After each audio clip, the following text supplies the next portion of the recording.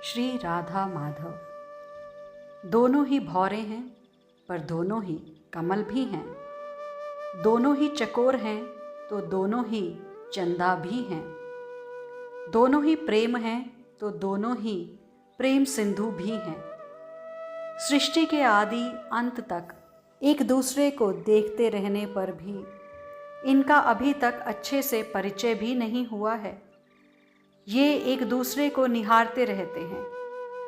तब कितनी ही सृष्टियां बदल जाती हैं, कितने ब्रह्मा और रुद्र बदल जाते हैं, पर ये अघाते नहीं।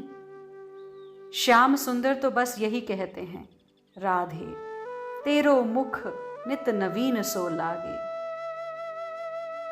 रस उछलता है, रस ही रस में रस समा जाता है, फिर रस को ही चखने के लिए उतावला दिखाई देता है।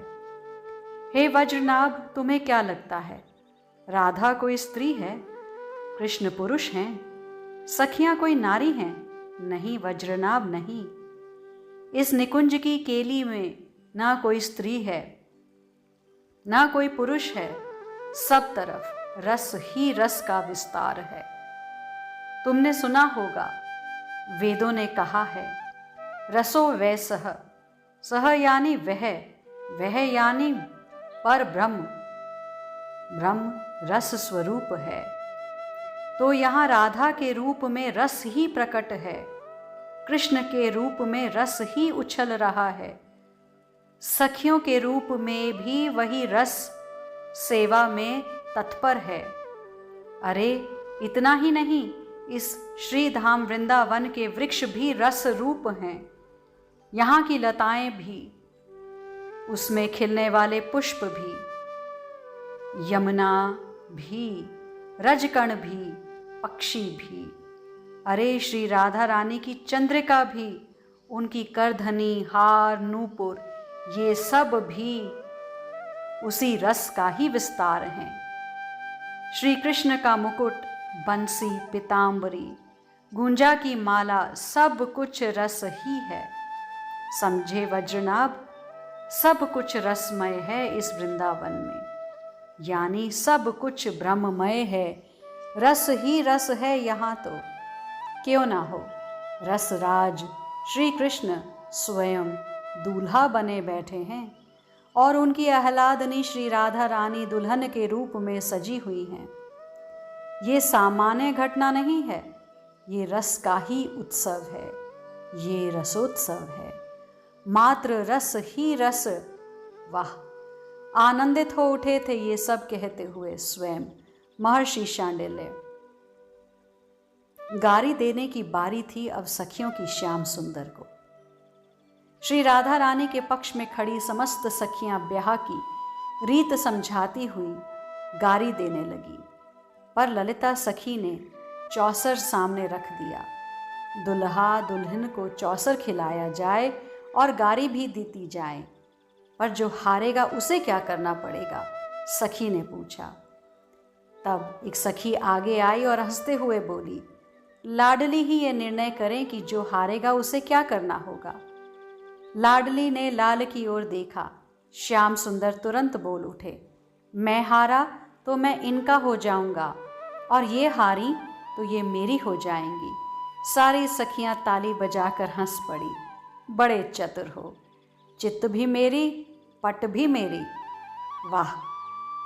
शर्मा गई श्री राधा रानी, घूंघट में से मंद मंद मुस्कुरा रही थी। चौसर खेला जाने लगा, सब बड़े आनंदित हैं। जब पासा फेंका जाता है तब तो उस निकुंज के पक्षी भी शांत हो जाते हैं, वह भी देखने लगते हैं कि कौन जीत रहा है। तुम बड़े गोरे हो प्यारे, एक सखी छेड़ती हैं। अब ज्यादा मत बोलो, खेलने तो दो, श्याम सुंदर सखियों से कहते हैं।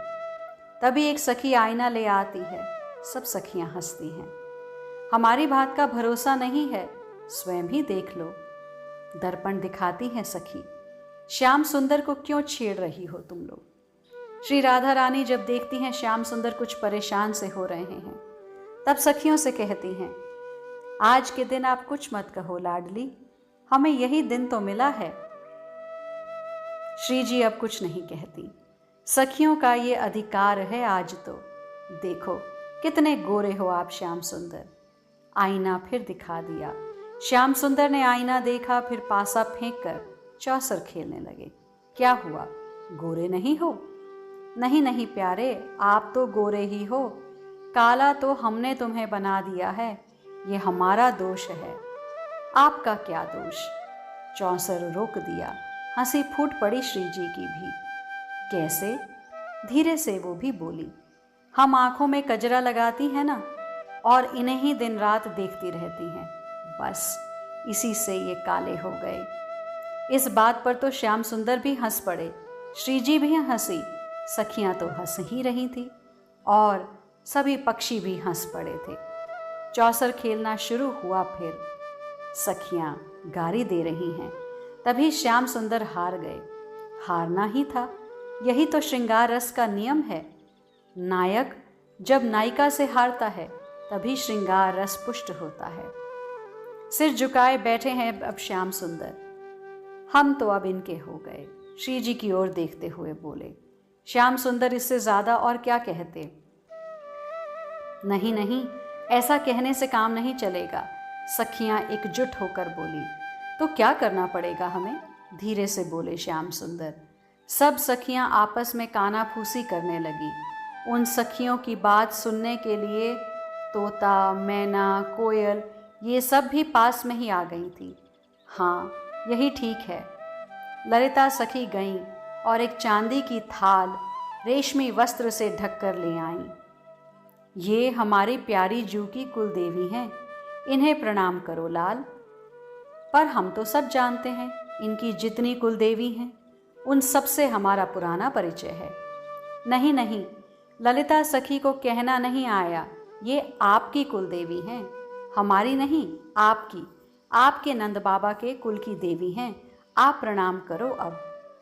पर श्याम सुंदर कुछ कहते कि उससे पहले ही सखियों ने कहा, आप हारे हो, इसलिए आपको ये बात माननी ही पड़ेगी। इनको प्रणाम करो। श्याम सुंदर ने बड़े प्रेम से सिर झुकाकर जैसे ही प्रणाम किया, वहां तो पादुका श्री जी की थी। मस्तक श्याम सुंदर का श्री जी की पादुका में नवा। सखियां हंस पड़ी, तालियां बज उठी। श्री जी आगे बढ़ी और बड़े प्रेम से अपने प्राण धन श्याम सुंदर को हृदय से लगा लिया।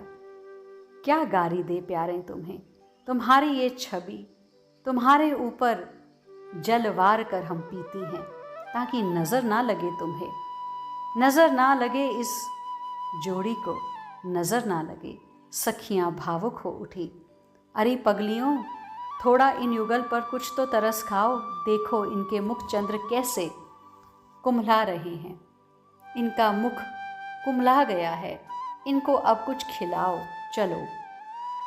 हे वज्रनाभ, सखियां नाना प्रकार के पकवान, मिष्ठान, ओदन सुंदर सुंदर शताधिक थालियों में नाना व्यंजन सजाकर रख रही हैं और सब हंसती हुई गीत गा रही हैं। श्याम सुंदर पहले श्री जी को पवाते हैं, फिर उनका झूठन स्वयं पाते हैं। हे वज्रनाभ, इस रस को समझना बुद्धि से संभव नहीं है। ये प्रेम रस का उछलता एक अद्भुत रूप है। इसमें जो डूब जाता है वही इसे समझता है।